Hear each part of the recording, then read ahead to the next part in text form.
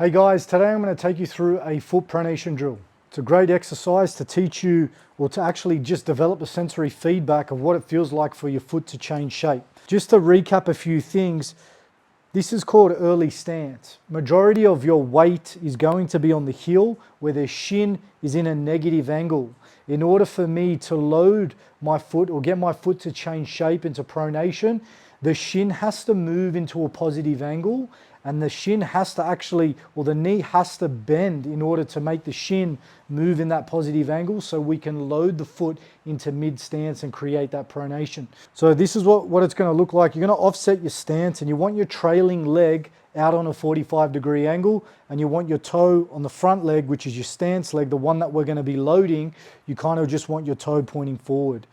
From here, we're going to have the hands on the hips. In order to initiate the exercise, we need to break at the knee. We need to push the knee forward so that we can start loading the foot into mid stance. So the first thing that we're going to do here is we're going to just do 10 reps where we get comfortable just feeling the weight transition between the foot from the heel moving over the midfoot.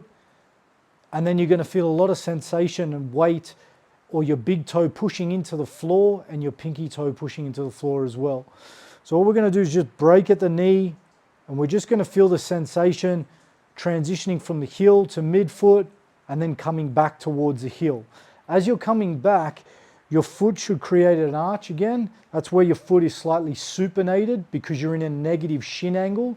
Then as we transition into a positive shin angle, you're then going to see that foot flatten out as we come through.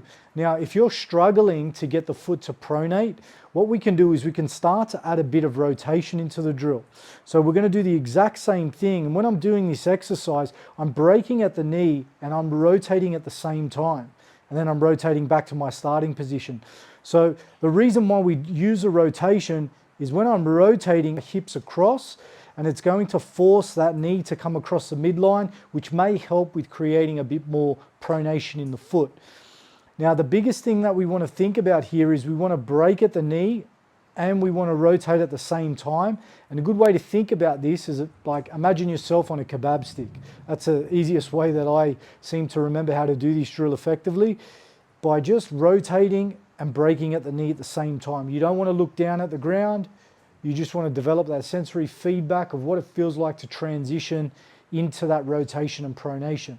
Now, if you're struggling to get this, you can use a constraint such as a band. Now, all you need to do is just pop a band on the ground, and you're just going to place, just going to be underneath your arch. And you're going to do the exact same thing, but now you've just got external feedback of something to push down against and to actually kind of create that pronation. The same principles apply here.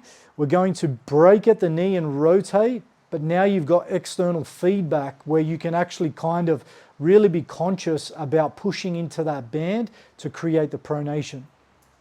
The main points of performance when you're doing this exercise is to make sure that the heel stays on the ground the whole time while you're doing your pronation with rotation.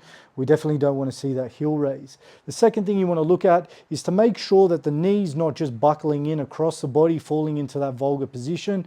And the reason why that may happen is because you're not loading the stance leg effectively. You're not transitioning your weight towards the front leg. So you want to make sure that you're really bending the knee and then pushing into that front leg and creating the rotation at the same time.